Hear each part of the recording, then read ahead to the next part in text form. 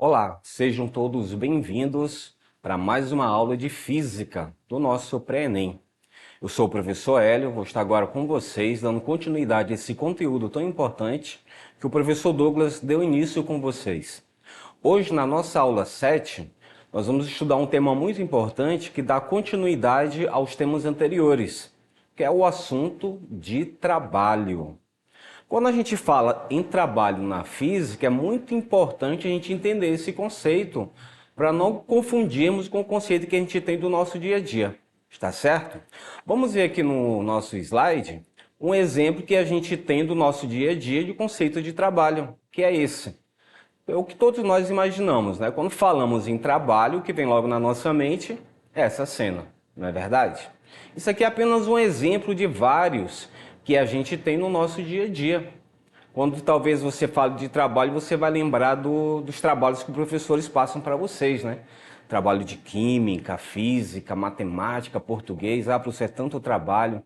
Mas na física, quando a gente fala de trabalho, a gente precisa relacionar com outros conceitos importantes, que vai fazer muita diferença quando você estiver resolvendo questões relacionadas no Enem.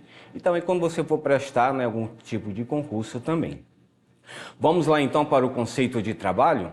Aqui no nosso slide nós temos aqui 3 exemplos que mostram claramente para nós o conceito que a gente precisa entender de trabalho diferente do conceito que a gente tem no nosso dia a dia. No primeiro caso, a gente está vendo um guindaste suspendendo um objeto, uma determinada massa, e nós estamos observando que ele está fazendo isso uma determinada altura e sofrendo a ação da aceleração da gravidade, o nosso G, que vocês já estudaram nas leis de Newton. No segundo caso, nós temos ali uma força sendo aplicada no prego através de um instrumento, né, o martelo, que também foi conteúdo abordado no assunto das leis de Newton, né? Toda ação corresponde a uma reação. E é o nosso terceiro caso ali também, onde uma pessoa está empurrando um objeto, né? Então, quando ele aplica uma força em um determinado objeto, e a gente tem que considerar a altura, a aceleração da gravidade, o tempo que isso vai ocorrer. Analisando todo esse contexto, a gente vai entender e vamos chegar ao conceito de trabalho, que é o que nós vamos justamente explicar para vocês a partir de agora.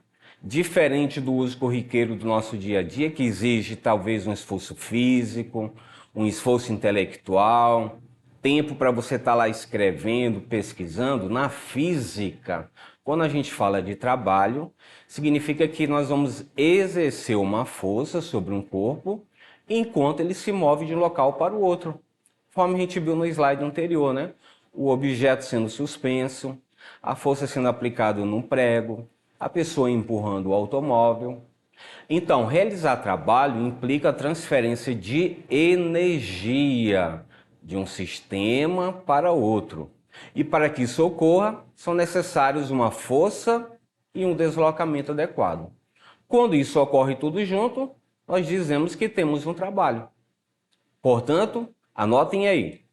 Trabalho é uma grandeza que nos permite medir a energia de um corpo, e um corpo vai ter energia quando ele é capaz de realizar trabalho. Mais à frente nós vamos também entender um pouco mais sobre esse conceito de energia. Nós vamos adentrar nesse assunto também, tão importante, assuntos que realmente são importantes no Enem para nós. Mas ficou claro agora, né? Quando a gente fala em trabalho em física, não esqueçam, temos que relacionar com força, com deslocamento, com energia. Correto? Temos aqui uma das aplicações, então, da força, que é o trabalho de uma força constante. A gente observa aqui nesse slide que o rapaz está puxando um objeto, né, um carrinho, e a gente observa que está tracionado por uma corda com um determinado ângulo. Mas essa força, né, vai fazer com que o carrinho se desloque uma distância d. Como a força está sendo aplicada com um determinado ângulo, nós vamos ter que aplicar ali o cosseno do ângulo, né? Então, trabalho, vamos representar por essa letra grega eta, tá? Trabalho é igual a força, F de força, vezes D de deslocamento, vezes o cosseno do trabalho. tá certo? Então nós vamos ter o trabalho, a primeira equação matemática que nós vamos utilizar nesse sentido. Em vários livros, ou quando você estiver pesquisando na internet, vocês vão encontrar vários símbolos, né, para o trabalho. Além dessa letra grega, né, você vai encontrar também representado pela letra T maiúscula, tá? Ou pela letra W, né, de trabalho em inglês, work, tá bom? Então, vocês vão encontrar qualquer uma dessas três variáveis aí, então. Ficou claro, então, que quando a gente vai aplicar, né, o trabalho de uma força constante. E quando é que a gente vai ter um trabalho motor? A gente vai ter um trabalho motor quando a força for aplicado, né, favorável ao deslocamento. Conforme a gente observa aí na figura, né? A força está sendo aplicada na cadeira e essa força está no mesmo sentido e direção do deslocamento. Então, quando isso acontecer de forma favorável, tá, no mesmo sentido do deslocamento, nós vamos ter o trabalho motor. O trabalho motor, então, vai ser justamente o ângulo, né, quando ele estiver entre 0 e 90 graus, tá certo? Então, essa força ela não pode ser menor que zero e nem pode passar do ângulo de 90 graus. Então, quando o ângulo, né, do cosseno estiver entre 0 e 90, o trabalho sempre vai ser positivo. Não esqueçam, tá? Trabalho positivo significa trabalho motor. Trabalho motor significa trabalho de uma força quando ele está favorável ao deslocamento, ok? Mesmo sentido e mesma direção ali, conforme a gente vê na figura. Nós vamos ter outro tipo de trabalho, além do trabalho motor, nós vamos ter o trabalho resistente. Bem, o próprio nome já está dizendo, né? Vai resistir. Por que ele vai resistir? A gente está vendo ali no desenho, né? As pessoas estão realizando o movimento do carro, em um determinado sentido, mas uma outra pessoa está aplicando no sentido contrário à força, né? Setas, sentido contrário. Quando isso acontecer, a gente tem agora uma força resistente, o desfavorável ao deslocamento. Agora note a diferença do ângulo, ó. O ângulo vai estar entre 90 e 180 graus. Por isso que o trabalho vai ser resistente. Porque quando a gente encontrar o cosseno, né, desse ângulo, ele sempre vai dar negativo. Então o trabalho vai ser menor que zero. Resumindo, trabalho positivo vocês vão chamar de trabalho motor. Trabalho negativo vocês vão chamar de trabalho resistente, que está desfavorável, né, ao deslocamento. Ok, pessoal, até aqui? Então, um conceito simples, né, de trabalho que a gente viu até agora no momento, né? Nós vimos o conceito correto de trabalho, diferente do nosso dia a dia que nós temos. E vimos também que existem dois tipos de trabalho, né? O motor e o resistente. O trabalho positivo e o trabalho negativo. Ok?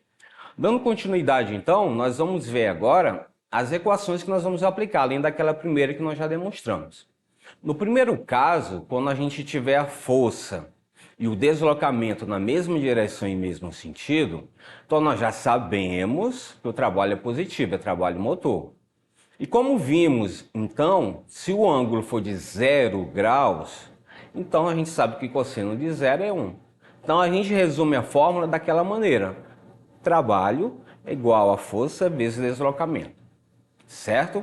Essa é a equação geral do trabalho que nós vamos aplicar. Trabalho igual a força vezes deslocamento. Porque na maioria dos casos, das questões que o Enem cobra para a gente resolver, ele coloca o cosseno ou de 0, tá certo? Ou cosseno de 180. Cosseno de 180 vai ser menos 1. E cosseno de 0 grau é 1. Tá certo? E por que ele coloca o ângulo de 180 graus? Para o nosso segundo ponto ali no slide, ó. Força e deslocamento têm mesma direção e sentidos opostos.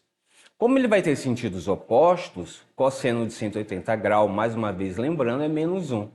Aí nós vamos ter o trabalho negativo, ó. Trabalho é igual a menos F vezes D. Por que menos F, professor? Porque cosseno de 180 é menos 1. Então ele já fez ali a multiplicação do jogo de sinal e já colocou ali a força resistente. Correto? Então assim a gente consegue entender um pouco quando vai acontecer o trabalho motor e quando vai acontecer o trabalho resistente, né? O resultado deu positivo, lógico que é trabalho motor. Resultado deu negativo, é lógico que o trabalho é resistente. Mas se a força e o deslocamento forem perpendiculares, formar um ângulo agora entre eles de 90 graus. Bem, agora é fácil, né? Porque cosseno de 90 graus vale quanto? Zero. Isso mesmo, vocês lembraram bem. Assim o trabalho vai ser zero também, né? Vai ser nulo. Então o trabalho, tá certo? Vai ser zero quando a força e o deslocamento forem perpendiculares entre si. Formar um ângulo de 90 graus entre eles. Correto, pessoal, até aqui? Então, esse é o conceito bem simples para a gente poder entender a primeira questão, né, o primeiro conceito de trabalho. Um segundo ponto que a gente precisa entender, trabalho da força-peso. Agora é diferente. Note que ali na figura nós temos uma pessoa descendo a escada, né, e está fazendo trajetórias diferentes. Mas a altura não vai variar, independente que ele faça ali caminhos diferentes, zigue-zague, subindo ali a escada, a altura continua a mesma, permanece. Então, independente da trajetória, o trabalho da força-peso sempre vai assumir aquela equação ali. Peso vezes altura. E vocês lembram que quando vocês estudaram as leis de Newton, como é que a gente calcula o peso, não lembram? Peso é igual a massa vezes o G, a aceleração da gravidade, tá certo? Então aquela bolinha, tanto faz aquela bolinha sair do ponto A, descer pela reta número 1, descer pela reta número 2 ou descer pela reta número 3 fazendo uma curva, o trabalho vai ser o mesmo. Não esqueçam, a trajetória não influi no trabalho, nesse caso aí da força-peso, certo? O trabalho da força-peso só vai depender da altura para nós. E o último trabalho que nós vamos considerar é o trabalho da força elástica, né? A gente está vendo ali um exemplo bem claro, né? De uma caixa que está sendo acoplada ali numa mola e essa mola vai ser esticada e depois vai ser comprimida. Quando isso acontecer, aplicando lá também as leis de Newton, que nós vimos a lei de Hooke, né? Força elástica igual a K vezes X, nós vamos aplicar o trabalho, né? Então, o trabalho, de acordo com o gráfico, vai ser justamente a constante da mola vezes a deformação que essa mola vai sofrer, que nós vamos chamar de X, tá certo? Então, nós vamos ter o X ali na reta do Y e na reta do X ali, Kx vezes X, que nós vamos ter a nossa equação, Kx ao quadrado dividido para 2. Essa é a equação que nós vamos aplicar para o trabalho da força elástica, tá certo? Também numa mola. Vamos aqui para as questões então, para a gente poder entender um pouco esse conceito, essa teoria, essa revisão que nós fizemos desse assunto. Vamos ver aqui uma primeira questão então. Uma mola sofre uma deformação de 40 centímetros. Sabendo-se que sua constante elástica é de 15 Newton por metro, qual é o trabalho acumulado na mola? Nós temos ali as alternativas, certo? Então, como é que a gente acharia a resposta dessa questão aí? Vamos aqui para a resolução. Pegando então a equação do trabalho, que é igual a K vezes X ao quadrado dividido para 2, nós temos alguns dados importantes que ele nos forneceu. Por exemplo, ele deu o valor do K. Quanto é que vale o K? 15, isso mesmo, tá ali, né? 15 Newton por metro. Quanto vale o X, que é a deformação? 40 centímetros. Ah, professor, mas por que está ali 0,4? Porque nós temos que transformar 40 centímetros para metro. Então, você fazendo lá a conversão, né, de 40 dividido para 100, nós vamos encontrar a resposta de 0,4. E vamos colocá-lo ao quadrado, né, visto que o x está ao quadrado. Então, 0,4 ao quadrado, nós chegamos a 0,16. E 15 vezes 0,16 dividido para 2, nós vamos ter a seguinte resposta então, né? Nós vamos dividir ali o 0,16 para 2, que dá 0,08. E fazendo a multiplicação, chegamos à seguinte resposta. 1,2 joule. Qual a alternativa que nós vamos marcar? Letra E, não é isso? 1,2 joule. Note que essa questão não é difícil, né, pessoal? Era só a gente entender um pouco ali os dados, né, que ele foi nos fornecido. a deformação da mola, a constante da mola e a pergunta que ele fez foi o trabalho. Beleza? Bem simples, né? Vamos para a próxima questão, então? Um elevador, de modo simplificado, pode ser descrito como um sistema composto por duas massas ligadas por uma corda inextensível e suspensa por uma polia de eixo fixo. Uma das massas é um contrapeso e a outra massa é a cabine com os seus passageiros. Considerando uma situação em que a cabine executa uma viagem de subida, é correto afirmar que, letra A, o trabalho realizado pela força-peso é negativo sobre a cabine e positivo sobre o contrapeso. O trabalho total realizado pela força-peso sobre o conjunto cabine e contrapeso é sempre nulo. Letra C, a energia cinética do contrapeso tem sempre o mesmo valor da energia cinética da cabine, pois as duas velocidades têm o mesmo módulo. E letra D, a energia potencial da cabine é sempre decrescente nessa viagem. Olha, para entendermos essa questão agora, está ali a figura, né? Nós temos dois corpos que ele falou na questão, a cabine com os passageiros, a gente vê ali na letra E, e o contrapeso que é o nosso B, tá certo? Então temos duas massas ali sendo representadas na figura. E o elevador vai subir, e o contrapeso, o que vai acontecer com ele? Vai descer, que ele vai forçar a subida do elevador. E o G está sendo aplicado para onde? Olha lá a seta do G da aceleração da gravidade. Para baixo. Então, entendendo essa figura, a gente já consegue entender qual será a resposta, não é verdade? A resposta vai ser a letra A. O trabalho realizado pela força-peso é negativo sobre a cabine, porque ele vai subir contra o sentido do G, tá? E ele vai ser positivo no contrapeso, porque o contrapeso vai estar no mesmo sentido do G. Então agora ficou fácil, né? Lembra das setas que nós falamos no início? Setas no mesmo sentido positivo, trabalho motor. Seta sentido contrário, trabalho resistente, trabalho negativo. Então a gente está vendo os dois conceitos ao mesmo tempo no elevador, sendo aplicado na cabine e sendo aplicado no contrapeso.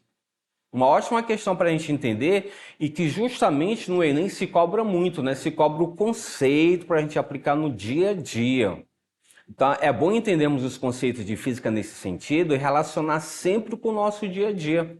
Porque é isso que o Enem vai fazendo, ele vai relacionar o que a gente aprende, né, nos livros, na sala de aula, nos conceitos que nós temos de física. Como é que a gente pode relacionar isso para resolver um problema do dia a dia, ou entender uma situação, um fenômeno que acontece então? Correto? Pessoal, quero agradecer desde já então a atenção de todos, né, nessa nossa aula. Lembrando para vocês acessarem os nossos sites que estão disponíveis para vocês, onde vocês vão ter toda essa revisão desse conteúdo e vocês vão poder rever novamente essa aula, pausar, né, entender mais e procurar realmente fazer uma ótima revisão para o Enem. Obrigado então desde já e até a nossa próxima aula.